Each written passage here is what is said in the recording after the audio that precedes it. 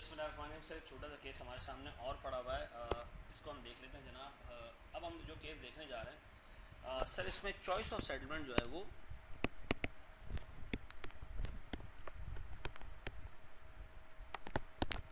Choice of settlement होगी sir company के पास, sorry counter party के पास। लेकिन सर इस दफ़ा हम जाएंगे जनाब इनडायरेक्ट इनडायरेक्ट इनडायरेक्ट, ये ही है मेरे पास। और अब हम जाएंगे सर, मेरे पास जो पहली चीज़ है वो है, पहले हमने डायरेक्ट अप्रोच देख लिया, अब हम इनडायरेक्ट अप्रोच देख रहे हैं। इनडायरेक्ट अप्रोच यूज़ होनी है सर जहाँ पर fair value of goods and services reliably measurable नहीं होते।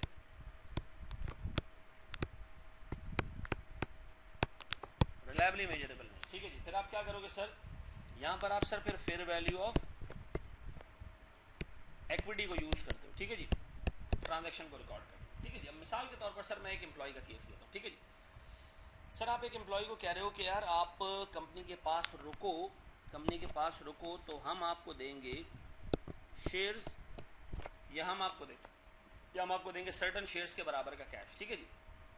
अब इसमें सर कैसे काम होता है वो देख लें, एक छोटा सवाल देके चलते हैं, ठीक है। ये करें जनाब, on 1 January 2004 an entity grants employee a right under which he or she can, if she is still employed on 31st December 2006, to elect to receive either 8,000 shares in cash और 7,000 shares, ठीक है जी।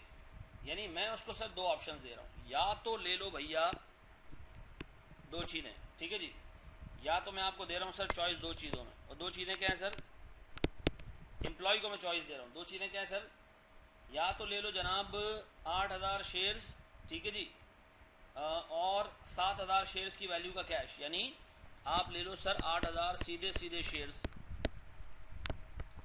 या ले लो sir 7,000 shares के बराबर का cash, ठीक है जी। अब सुनो, अगर मैं आपसे कहूं सर इस बंदे को 7,000 शेयर्स के बराबर का कैश देना है या 8,000 शेयर्स देना है, ठीक है जी, तो सर स्टैंडर्ड आपको कहता है जनाब ये हो गया हमारे पास शेयर रूट, ये हो गया हमारे पास शेयर रूट, और ये हो गया हमारे पास कैश रूट, ठीक है जी।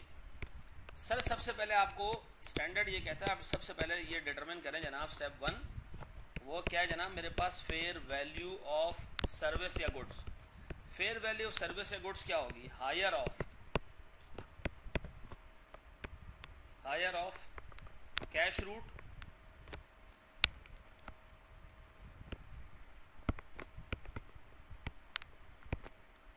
वैल्यू और शेयर रूट वैल्यू। वो आपको कह रहे हैं जनाब इन दोनों में से जो हायर है वो सर्विस की वैल्यू है, ठीक है जी। अब बताएं सर उस सर्विस की वैल्यू निकालने के लिए मुझे इन दोनों की फेयर वैल्यू निकालनी पड़ेगी। सर फिर वो कह रहे हैं जनाब market price of entity share is 21, एक शेयर की वैल्यू 21 रुपए। तो सर इसका मतलब है मेरे पास जो कैश ऑप्शन है उसकी वैल्यू कितनी होगी सर, मल्टीप्लाई करें जरा 7,000 इंटू 21 से, तो ये अराउंड बनता है सर कितने का, 7,000 इंटू 21,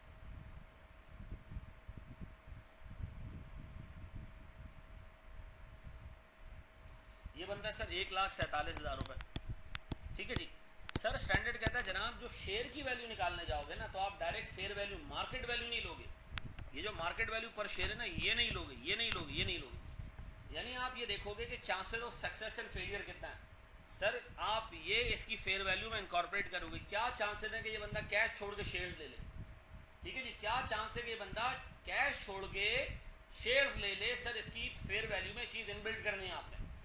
अब सर देखिए इसकी जेन्युइन फेयर वैल्यू 21 है, लेकिन सर इसकी एडजस्टेड फेयर वैल्यू कि बंदा सर ये देखे कि सर वो शेयर्स ले कैश छोड़े, इसका chances of success and failure incorporate करने के बाद हमें पता चलता है कि सर एक शेयर की adjusted fair value, the entity estimates the fair value of share route to be 19 कैसे आया होगा सर, 19 ऐसे आया होगा कि हमने sir chances of success and failure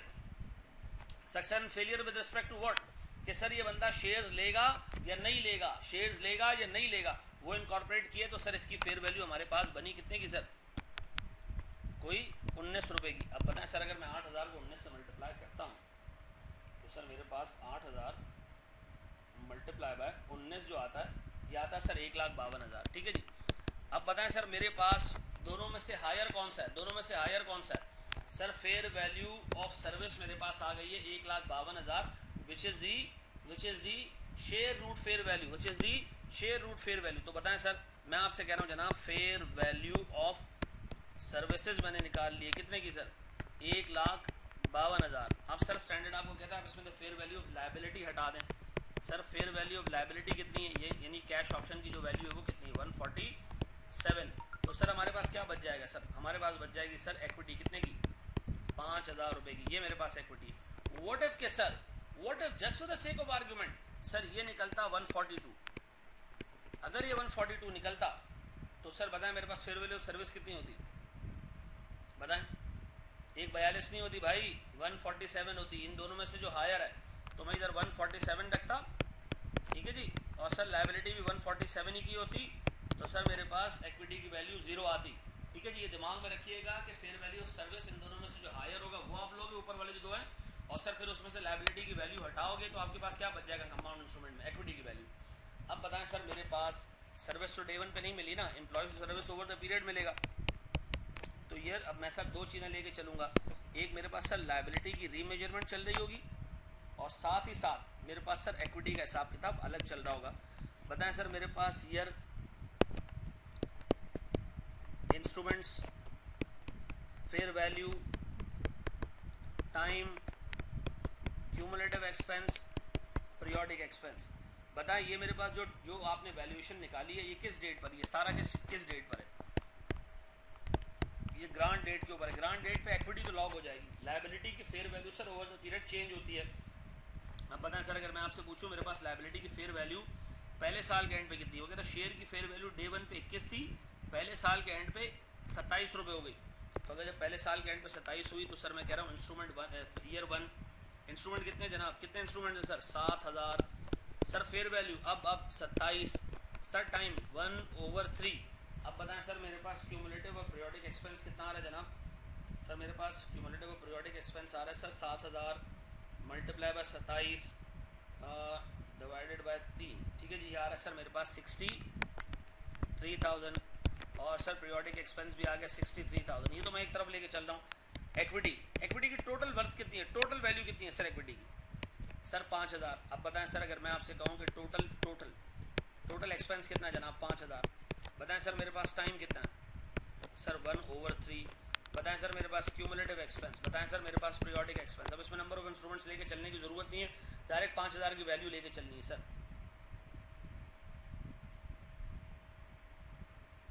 sir ये मेरे पास आ रहा है 1667। अब बताओ सर मैं एंट्री क्या पास करूंगा सर? साल के एंड, पहले साल के एंड पे क्या एंट्री पास करूंगा सर? मैं एंट्री पास करूंगा सर रेम्यूनरेशन एक्सपेंस डेबिट 64,667। ठीक है जी।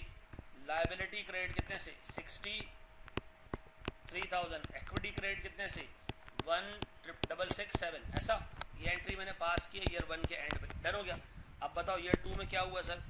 ईयर 2 में ये हुआ कि सर मेरे पास लायबिलिटी की वैल्यू और बढ़ गई, 33 पे चली गई सर एक शेयर की वैल्यू। तो बताओ अगर मैं आपसे कहूँ 7,000 मल्टीप्लाई बाय सर 33 सर 2/3। अब बताएं कितना आ रहा है sir? Sir 7,000 multiply by 33 multiply by 2 divided by 3। Sir ये आता है मेरे पास टोटल 154,000। ठीक है जी। और मैं इसमें सर पुराने वाले माइनस करूँ अगर, वो कितना है मेरे पास? 63,000। तो ये आता है सर मेरे पास 91,000। कंप्यूटेशन दोबारा चेक कर लें सर। 7,000 मल्टीप्लाई बाय 33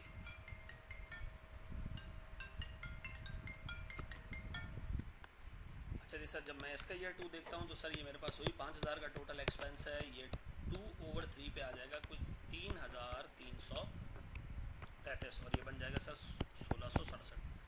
फिर सर जब मैं सेकेंड ईयर में एंट्री पास करूँगा एक्सपेंस की, तो मैं ईयर 2 में एंट्री पास करूँगा रेम्यूनरेशन एक्सपेंस डेबिट कितने से जनाब? 92,667। और फिर मेरे पास सर लायबिलिटी क्रेडिट कितने से? 91,000 से। और मेरे पास सर एक्विटी क्रेडिट हो जाएगी कितने से? 1,667 से। डन हो गया। अब सर जब मैं थर्ड ईयर पे जाता हूँ तो मेरे पास सर थर्ड ईयर में फिर 7,000 शेयर्स। अब बताएं सर मेरे पास जो फेयर वैल्यू ऑफ लाइबिलिटी अब आ रही है वो आ रही है सर मेरे पास कोई 42, सिग्निफिकेंटली बढ़ गया सर 42, 3/3 सर 42 इंटू 7,000 ये मेरे पास बनता है सर 294,000, ठीक है जी। और सर 294,000 का मतलब ये है कि मैं 154 अगर इसमें से हटाता हूँ तो मुझे 1,40,000 का एक्सपेंस बुक करना पड़ेगा इस साल। और सर अगर मैं इक्विटी में देखता हूँ तो मेरे पास जो थर्ड ईयर होगा वो सेम 5,000, 3/3 ये मेरे पास बन जाएगा सर 5,000 और ये आ जाएगा सर 1,667। अब जो थर्ड ईयर का जब मैं एक्सपेंस बुक करने जाऊँगा ना तो मैं अपने पास एंट्री पास करूँगा ईयर 3 में सर रेम्यूनरेशन एक्सपेंस डेबिट वो आएगा जनाब 141,667, ठीक है जी। सर लायबिलिटी मेरे पास आ जाएगी 140,000 और मेरे पास सर इक्विटी आ जाएगी 1,667, ठीक है जी। अब बताएं अगर मैं ये सब कुछ आपके सामने रखता हूँ तो बताएं मेरे पास लायबिलिटी का बैलेंस तीसरे साल के एंड पे मौजूद है सर कितने का, कोई 294,000 का। और सर मेरे पास इक्विटी का बैलेंस मौजूद है कितने का, 5,000 रुपये का।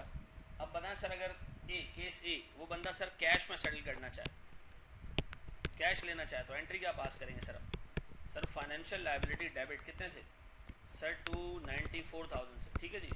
और कैश क्रेडिट कितने सर 294,000 से।